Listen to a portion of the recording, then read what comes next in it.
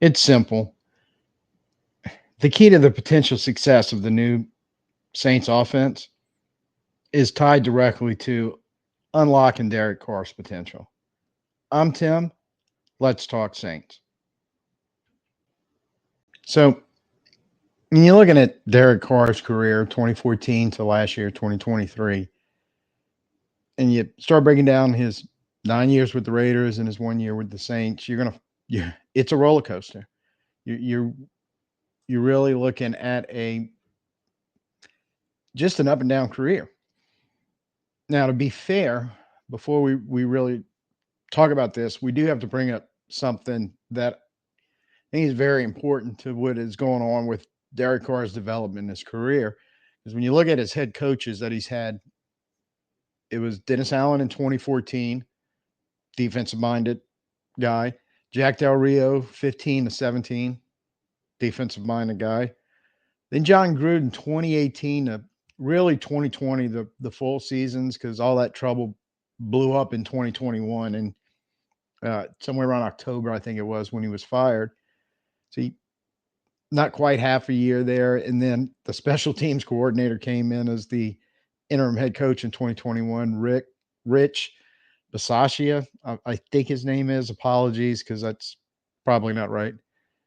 Then you had the Josh McDaniel fiasco in 2022. And then back in New Orleans, the defensive minded coach with Dennis Allen in 2023. Being a defensive minded head coach shouldn't be a problem for a quarterback in an offense, as long as you bring in a guy that really knows quarterbacks and offense. Kind of the reverse, if you want to think about Sean, when he was here, he was the offensive minded coach, pretty much the OC as head coach. And we were better when he had a guy that he could trust on the defensive side. The recent example was Dennis Allen, who was a very good defensive coordinator. Handle that. I got the offense. We're good. But when you look at the coordinators he was saddled with, 2014, he had a good one in Greg Olson. We're going to come back to him in a minute. But that whole coaching staff was on the way out, and he had a typical rookie year with a coaching staff that was on the way out. So it didn't lead to Derek having a good 2014. After that, Bill Musgrave, 2015, 2016, and Todd Downing in 2017 with the Jack Del Rio defensive minded head coach. Musgrave and Downing, um, they kind of career offensive guys, have done a couple coordinating stints. I don't think anybody would ever say they were truly terrible, but I don't think they ever really made a list of top innovative um, offensive minded guys that's leading powerful offenses. And Carr's numbers, although they got better in 15 and 16 with Musgrave, they kind of took a dip with Downing in 2017, and that whole staff was fired. When Gruden came in 2018 and brought in the West Coast offense, two things happened. One, he brought back Greg Olson to be his offensive coordinator all the way through 2021. Two, he brought in the West Coast style. And Gruden was one of the best at coaching that. And he had, like I said, a very good offensive coordinator in Greg Olson. And Derek Carr had, I don't even think you can argue this, the best stretch of years he put together in his career under Gruden in that West Coast, especially the full 3 years, 18, 19, and 20. 21 wasn't bad. Conceivably could have been better if all that other stuff wasn't going on in the periphery of Gruden that ultimately led him getting fired. So he kind of got caught in the crosshairs on that.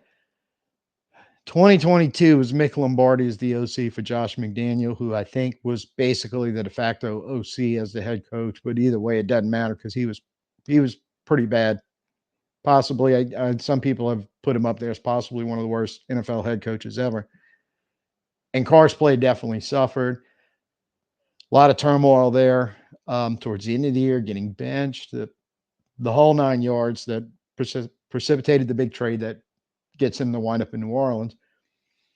And as bad as we thought he played, I'm in that group, as disappointed as we were, kind of a rebound year for him, really, and better than even with Pete, the defensive-minded head coach and Pete Carmichael as coordinator, a little better effort than some of the other bad situations he had gotten in, and very much better than the bad situation he found himself the year before.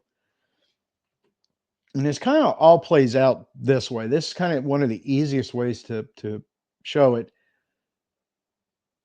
This about 14 months ago when we signed him, this kind of made the rounds a little bit that people were pointing out that 2022, the Saints quarterbacks, combination of Dalton and Winston, their numbers, they were 65% on 493 attempts, 245 yards per game, 22 TDs, 14 interceptions.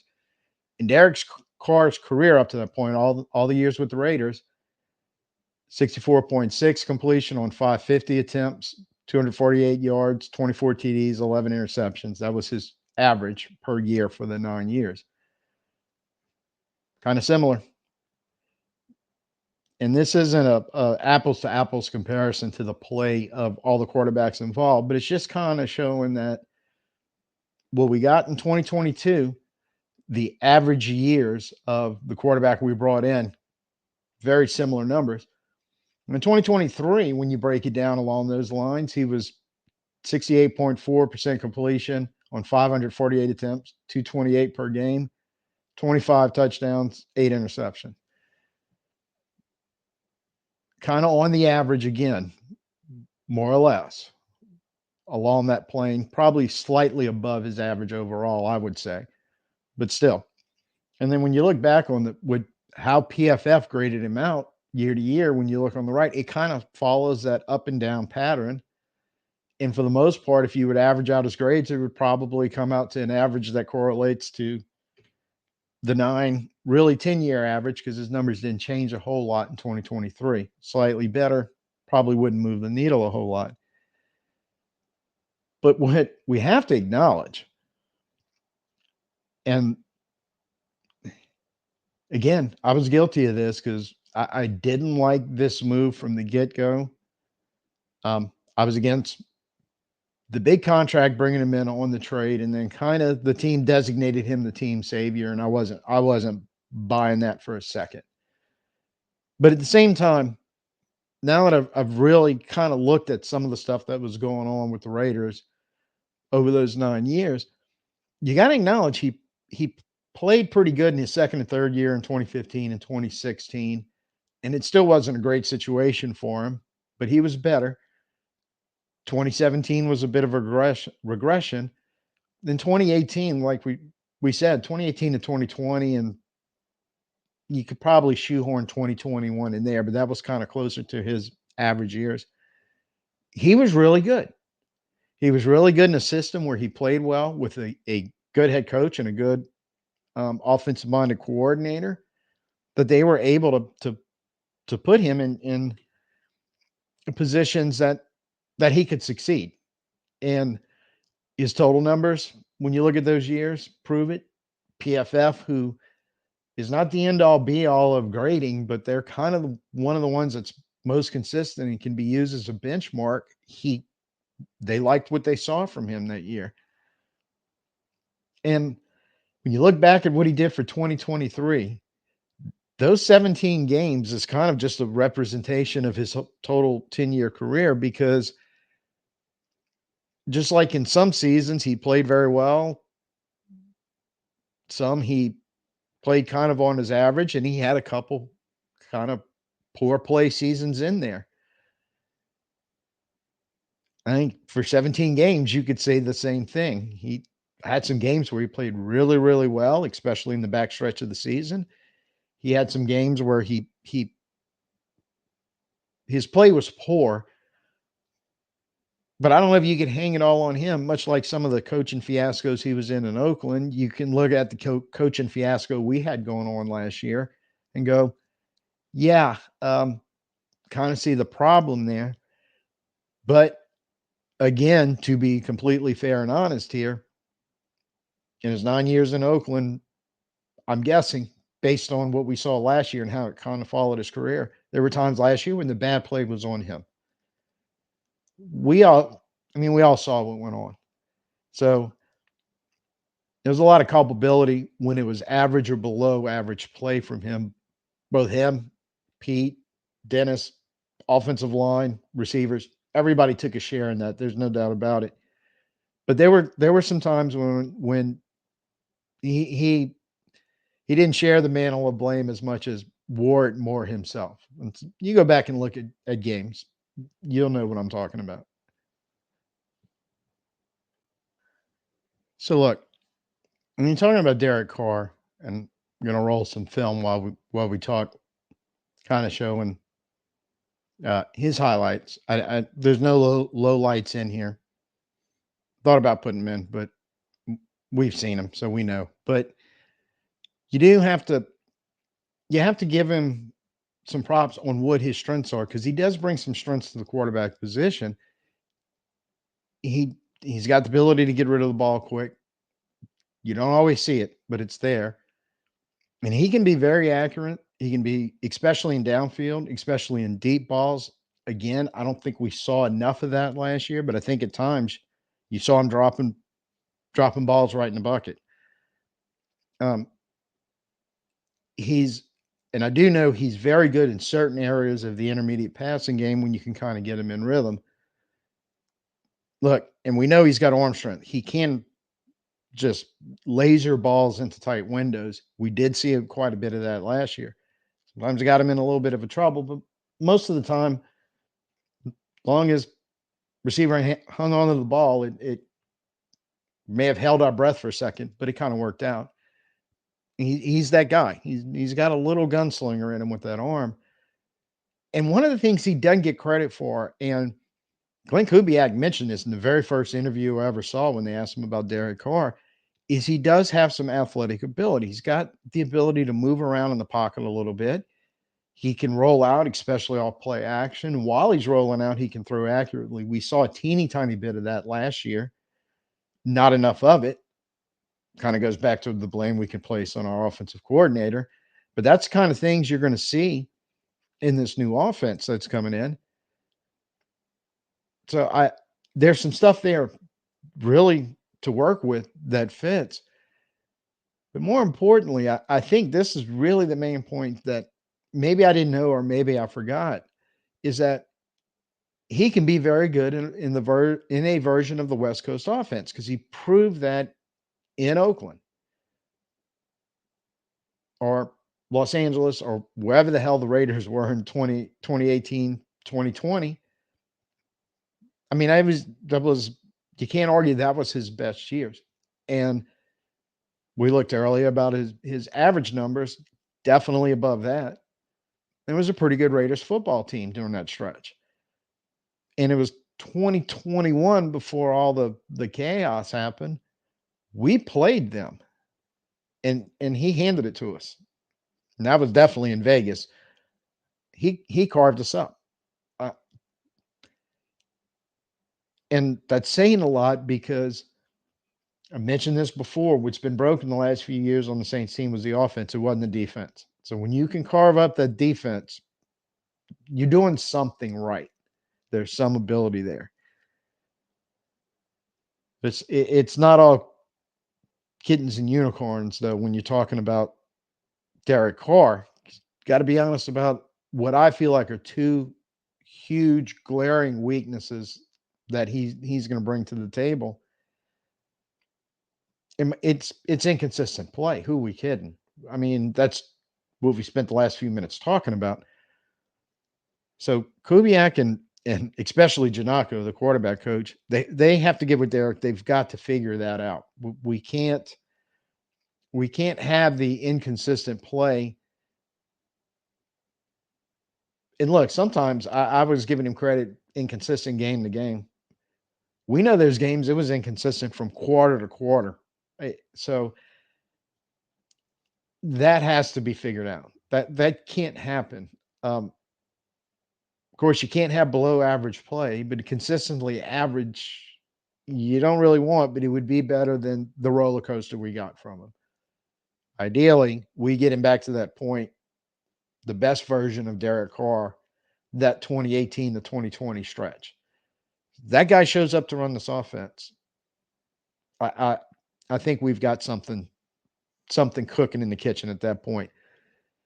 As long as problem number two gets taken care of. And this is the one that it just kept pissing me off last year throughout the season. He's not the only one that was doing it, but the lack of leadership or sometimes just the horrible display of leadership, maybe a better way to word it, whether it was on the field, on the sideline, in the media, it didn't really matter that other people in the organization, starting with Mickey Loomis and Dennis Allen, and sometimes when Pete Carmichael got a microphone, and some of the other players, and this not just 2023, the last couple of years, some veteran players would that you would expect not to do what they did on Twitter. This was all over the organization. And some of that stuff's going to happen, but it can't happen with your starting quarterback in the NFL anymore, especially not the guy that's making $150 million or has a $150 million contract, who, for all intents and purposes, is definitely the face of the offense, whether we agree he should be or not. And for the most part, the face of the team, whether we agree he should be or not. That's just the way the modern NFL works. He's the guy. You can't act like he act. You can't say the things he said unless you're Tom Brady could get away with it. Aaron Rodgers for a period of time could get away with it. Drew Brees could have got away with it if he wanted to. So could have Peyton Manning. You understand the what they had to do to get to that level where some of the stuff they did or could have potentially have done that falls along the Derek Carr lines, nobody bats an eye at. But now when you've been an inconsistent quarterback for 10 years and just kind of having to work through some doldrums, some bad teams and bad coaching situations to try to find where you can play your best. Um, needs to work on that. The organization as a whole has been needing to work on that. I think they have been kind of comparing what we've seen so far this offseason to that. I know Derek's been seen a lot in the media where he's been doing a lot of the off the field stuff, faith based stuff with Demario Davis, which I was glad to hear, not only because they do good work, but also because, look, if you can't learn leadership, if you think of with Demario, how he handles himself on the field, on the sideline, in the media as a team leader, if you can't follow that example, hanging out with that guy, I don't know what to tell you at that point. I really don't. But I'm hoping Derek picks up on that. I whether he wants to or not, it doesn't matter. Whether he has the skills or and he just didn't do it last year, because I don't really know what his leadership was like in Oakland, but whether he just kind of forgot or if he's got to learn it, it doesn't matter. What matters is he's got to show it. The contract and the position demands it, and there's nothing he can say or do about it. So kind of he is part of. There's no doubt, but I'm kind of looking at it right now. There's like right now, leading in this part of the offseason and headed into training camp, there's like four things that must absolutely happen over the next 5 weeks building into the season.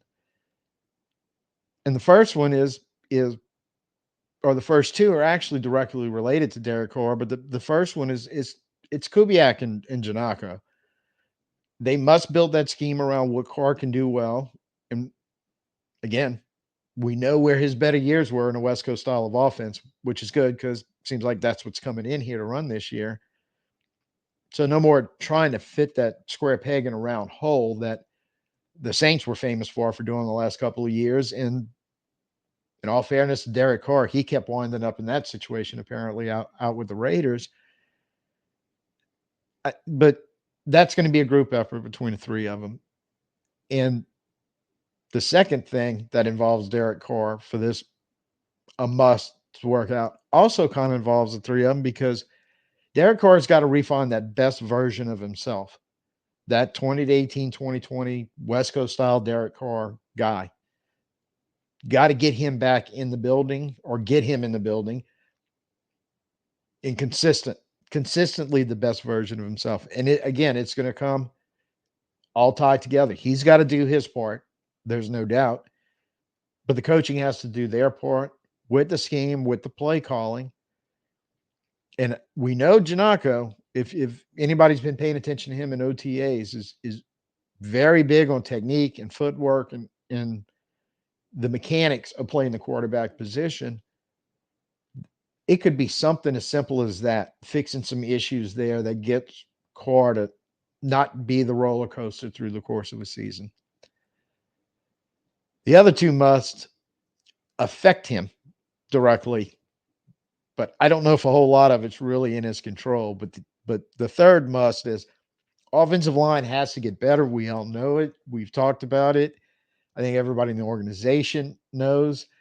And that's going to fall again, Kubiak, but Benton and Dennison's going to have to get involved in that.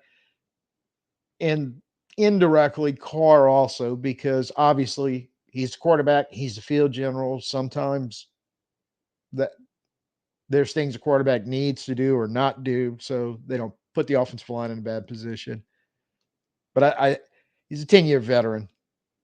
I don't think there's too much of on the blocking schemes or play changing a play or whatever that's going to give him much trouble. So I think it's more about the actual play of the five guys that we're eventually going to line up in front of him. The last one, unfortunately, is as important as the first three and zero control over it, but it needs to be mentioned that the front office and Alvin Kamara must resolve that contract issue. We need Alvin in the camp, ready to go training camp, because the running back position might be equally as important as the quarterback position and what they're going to try to do, but it's definitely right up there getting close to it. It's somewhere between good offensive line play and good quarterback play. And I know that sounds crazy, but it's true. A lot of responsibility falls on the running back in the run game that they're trying to do with this zone scheme, on him to find the space. So the thing is, Alvin's probably perfect for that. And the real problem in all this is if Alvin isn't there, I mean, it's equivalent of taking a knife into a gunfight. I mean, we're really leaving our best potential weapon to help Carr out, not on the team, with no real replacement in sight that we know of on the team or in free agency, which if you did that anywhere, you're still spending a lot of money, which is kind of the hang up on all this anyway. So that's got to be fixed. Those four they must happen. They have to happen. Otherwise, this great experiment of the new offensive scheme, it could end up disastrous if we don't get those four things to happen. And really, Derek Carr is the key because he is directly involved in two of them. There's the first two, the two that he can do his part and do the work and do everything required of him, that those two musts can happen. So I don't know if you picked up on what I'm throwing down here. I'm a fence sitter when it's coming to Derek Carr on this because I'm definitely not ready to write him off like I may have been even a few months ago. But at the same time, I'm not ready to drink the Kool-Aid on him either. I'm just kind of, to me, this is the biggest wait and see we have going on out of all the questions in the offensive scheme and what we're trying to do, because so much rides on him. And the more I kind of went into the numbers and I cut some video from when he was with the Raiders and some stuff that he did last year really well. And you see a lot of similarities. You see the ability to make the good plays. I get it, but I've seen the bad plays. I've seen the bad stuff. I've seen the bad years and the numbers or the bad games or the bad quarters that last year a couple of times killed us.